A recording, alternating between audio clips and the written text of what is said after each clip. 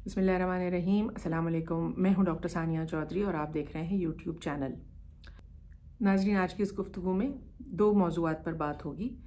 पहला, शहबाज गिल साहब की गिरफ्तारी से लेकर अब तक के जो हालात व वाक़यात और वो किस तरह से हुए, और उसमें हम कोशिश करेंगे कि हम पुलिस डिपार्टमेंट के तरीक़ेकार के ऊपर कुछ पॉजिटिव बात कर सकें।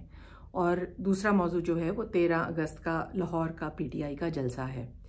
तो हम अपने पहले मौजू की तरफ आते हैं। शहबाज गिल जो PTI के एक सीनियर लीडर हैं, उनकी जब गिरफ्तारी हुई वो कैसे हुई, किस तरीके से हुई, उनको कैसे लेके जाया गया, उनके साथ जो दो लोग मौजूद थे उनके साथ किस तरह पेश आई पुलिस, ये सारी चीज़ें हम सब इनसे वाकिफ़ हैं। आगे चलते हैं। जब उनको कोर्ट में पेश किया गया तो 2 दिन का जुडिशल रिमांड दिया गया, और उसके बाद दोबारा कोर्ट में जब उस रिमांड के मुकम्मल हो जाने के बाद आए तो फिर से पुलिस ने रिमांड की इस्तदा की, तो कोर्ट ने नहीं दी रिमांड दूसरी बारी। अब जब कोर्ट के अंदर ये सारी सूरत हाल सामने आई तो शहबाज गिल साहब ने कहा कि जी मुझ पर टॉर्चर किया जा रहा है, तशद्दुद किया जा रहा है, मुझे रात को सोने नहीं देते, मेरे से अजीब अजीब किस्म के सवालात करते हैं, इमरान खान साहब क्या खाते हैं, मेरे से बार बार फ़ोन का तकाजा कर रहे हैं कि मेरा फ़ोन मोबाइल चाहिए, जबकि वो ऑलरेडी इनके पास है। अब इसके बाद उनको जेल भेज दिया गया। तो पुलिस जो है वो अब दोबारा रिट दायर करने की उसमें स्टेज में है कि कोर्ट जो है वो दोबारा नज़रसानी करे और जुडिशल रिमांड दे। दूसरी जानिब PTI ने ये स्टांस लिया कि जो भी व्यूज़ उनकी शहबाज गिल साहब की थी प्रेस कॉन्फ्रेंस में वो उन्हीं की थी, और इसके अलावा ARY को सस्पेंड कर दिया गया। उनका 20 साल पुराना NOC जो था वो उस NOC को कैंसिल कर दिया गया, और फिर जब वो कोर्ट गए तो कोर्ट ने इस NOC की मनसूखी का जो अमल था उसको खारिज कर दिया, उसको मुस्तरद कर दिया, और वो दोबारा जो है उनका NOC अब बहाल हो चुका है। अब इसके अलावा जो एक चीज़ सामने देखने में आई पुलिस की तरफ से वो ये थी कि जो शहबाज गिल के ड्राइवर या मावन थे उनकी बीवी को घर से हिरासत में लिया गया, उनको हिरासत में रखा गया। उनकी 10 माह की बच्ची जो बच्चों की दूध पीने की उम्र है उन्हें उस बच्ची से दूर रखा गया। बाद में बच्ची को मिलवा दिया गया, और जब कोर्ट ने उनको इस खातून को 20,000 रुपए के मचलकों के एवज़ जाने दिया, रिलीज़ कर दिया, तो उसके बाद दोबारा से एक FIR काटी गई जिसमें ये बयान किया गया पुलिस की तरफ से कि 3 थानों की पुलिस जो थी उन्होंने इनके घर पे गए और इन्होंने उनके ऊपर जो था उनको काबू में ले लिया, उनको पुलिस पर काबू पा लिया, उनके ATM कार्ड ले लिए, उनका मोबाइल छीन लिया, उनके कपड़े फाड़ दिए, उनसे 15,000 रुपये भी छीन लिए। तो इस तरह की FIR काट कर जो, और घर में लोग जो थे वो 2 से 3 थे, इससे ज़्यादा नहीं थे, और जिसमें से एक ये खातून थी और एक इनके रिलेटिव थे। तो मतलब इस तरह की जो सिचुएशन है, ऐसी FIRें कटती हैं जो कटनी चाहिए वो कटती नहीं हैं।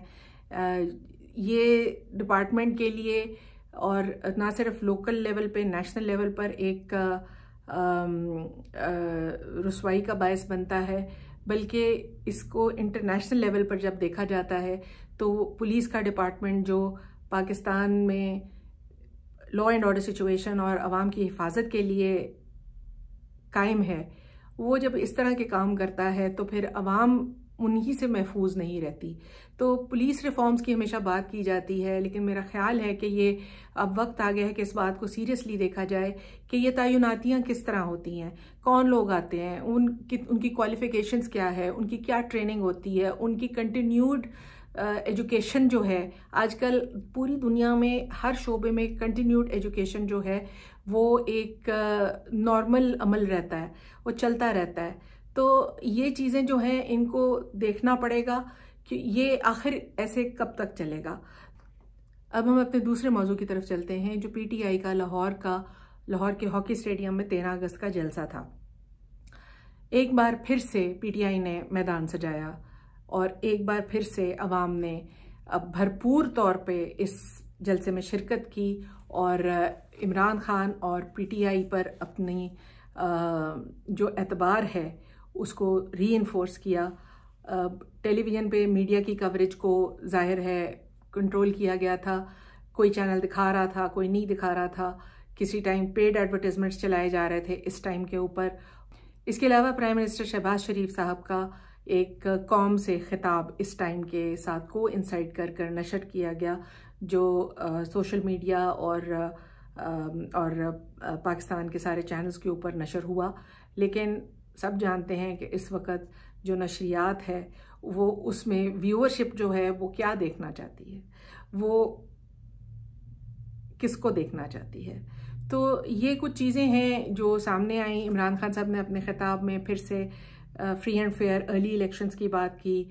उन्होंने जो साजिशें उनके ख़िलाफ़ थीं, इदारों से दूर करना, इस तरह के अपने सारी बातें सामने लेकर आए।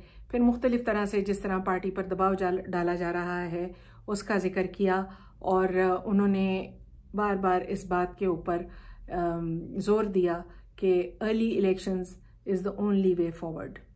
इसके अलावा इमरान खान साहब ने ये भी बताया कि वो इसके बाद अब 20 जगह पे जलसे करने वाले हैं, जिसमें अब इनका रुख सिंध की तरफ होगा और वो वहाँ पर अपने एक्टिविटीज़, पॉलिटिकल एक्टिविटीज़ का फोकस करेंगे। इमरान खान साहब का बयानिया इस वक्त पूरी तरह से अवाम को अपनी तरफ कायल कर रहा है, जबकि इसके बरक्स पीडीएम की मुत्तहिदा हुकूमत का जो बयानिया चल रहा है, जिसमें इस वक्त इमरान खान साहब को डिस्क्वालीफाई करने पे फोकस किया जा रहा है और उनका और पीटीआई का इदारों से तसादम कराने के ऊपर फोकस चल रहा है। इस चीज़ का अवाम के अंदर कोई ख़ास अब्जॉर्प्शन नहीं इस बयानिया की नज़र आती। तो नाजरीन, आज के लिए इतना ही। अपना बहुत ख्याल रखिएगा। अल्लाह हाफ़िज़।